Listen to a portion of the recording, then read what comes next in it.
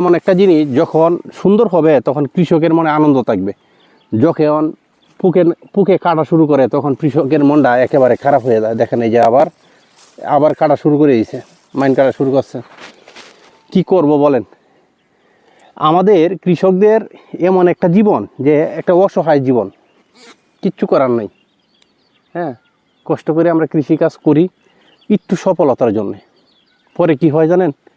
সফলতার মুখ দেখবো তারপরে মানে কষ্টের কোনো শেষ নেই। হ্যাঁ, এই দেখেন পুখায় একেবারে খেয়ে ফেয়ে একেবারে শেষ করে দিয়েছে, আবার মাইন কাটা শুরু হয়েছে। কিছুদিন আগে মাইন কাটার বীজ দিয়েছি, এখন আবার দেখা যাইতেছে যে মাইন কাটা শুরু করে দিয়েছে। আসলে আমাদের জীবনটাই এমন, যখন এই যে কৃষিকাজ করেছি কিন্তু ব্যাপারটা ঠিক আছে, যদি ফসল গড়ে তুলে নিয়ে আমরা যাইতে পারি তখন সেটা আমাদের সফল, আর না হয় এ পর্যন্ত সফলতার মুখ দেখাটাই খুব কঠিন। কিন্তু ব্যাপারটা এইভাবে নয়, রিজিকের ফয়সালা তো আল্লাহ তাআলার হাতে। আমরা সবসময় আল্লাহর উপরে তাওয়াক্কুল রাখতে হবে। সবাই আমরা যারা দুনিয়াতে বেঁচে আছি, একমুঠ ভাত খেতে হবে, সকলেরই আল্লাহর উপর তাওয়াক্কুল রাখতে হবে। অতএব দেখেন কৃষি কাজ করেছি আমরা, অনেক কষ্টের ফসল।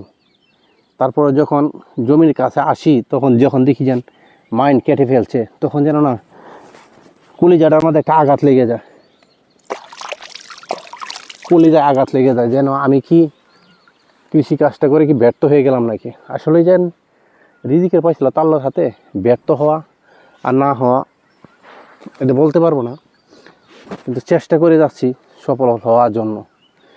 সর্বোচ্চটাই মালিকের হাতে।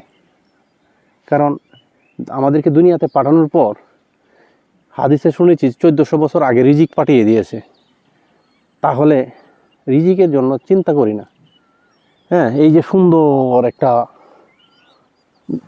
সুন্দর একটা ফসল, এটা কিন্তু সম্পূর্ণটা আমার জমিন, এই যে একেবারে রাস্তা পর্যন্ত। হ্যাঁ, এরপরে ওইদিকে নামাতো আছে, অনেক জমিন করেছি। কিন্তু ব্যাপারটা হচ্ছে অনেক কষ্টের জিনিস তো, যখন পোকামাকড়ে খেয়ে ফেলে কষ্ট হয়, নিজের সন্তানের মতো লালন পালন করতে হয় এই কৃষিকাজটাকে নিজের সন্তানের মতো রক্ষণাবেক্ষণ করতে হয়, তখন সফলতার মুখ দেখা যায়। আর তারপরে আল্লাহর উপরে ভরসা রাখি, যেন আল্লাহ তাওয়াক্কুল রাখে, যেন ভালো একটা কিছু করতে পারি। হ্যাঁ, আল্লাহই বাউ করে দিবে। হ্যাঁ, টেনশন করি না, রিজিকের ফয়সালা আল্লাহর হাতে। কষ্ট করে যাই, যখন ধান বাড়িতে নিতে পারবো তখনই সফল। আর এই পর্যন্ত আল্লাহর উপরেই ভরসা, বাড়িতে যাওয়ার পরেও আল্লাহর উপরেই ভরসা, নিজের কোনো শক্তি নিজে কিছু করতে পারবো। হ্যাঁ, দোয়া করবেন যেন আমাদের কৃষি কাজের উপর দিয়ে কোনো ঝড়ঝাপটা না যায়।